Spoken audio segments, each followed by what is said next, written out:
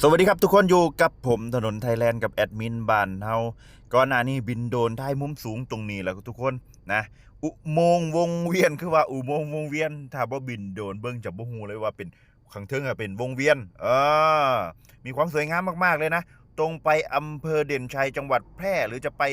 เชียงใหม่เชียงรายจังหวัดน่านก็ว่ากันไปนะออกซ้ายนี่ก็เข้าเมืองอุตรดิตถ์แล้วก็สามารถไปเขื่อนสิริกิติ์ได้มาเบิ่งบรรยากาศภายในอุโมงค์นะครับนี่ มีความสวยงามนะถนนก็ดีอยู่เห็นอุโมงค์ไปสิก็คิดฮอดแถวทับลานนะเนาะแต่ทับลานจะมี2ช่วงในอุโมงค์นี่นะทางหลวงหมายเลข11อำเภอเมืองจังหวัดอุตรดิตถ์นะตรงไปเด่นชัยเนี่ยทุกคนออกจากอุโมงค์มาแล้วก็จะมีงานเฮ็ดถนนหรือว่าเฮ็ดสะพานหรือจังใดนี่นะผมบ่แน่ใจในมุมกล้องนี่นะทุกคนผู้ใดฮู้ลองคอมเมนต์มาเบิ่งแต่ว่าก็ต้องระมัดระวังอีกอย่างนึงนะ จุดขับรถไก่ยังคักเลยไปกับรถผมบอกว่าไปกลับรถใต้สะพานนะถ้าผู้ใดบ่ชินก็ตะเลิดไปกลับอีก5 กิโล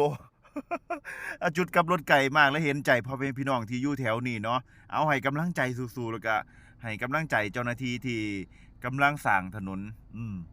ขับขี่ก็ระมัดระวังผมเพจถนนไทยแลนด์ก็จะเดินทางไปถ่ายคลิปให้เบิ่งเรื่อยๆพุ่นละไปจนฮอดเชียงใหม่เชียงรายแล้วก็จะเดินทางกลับทุกคน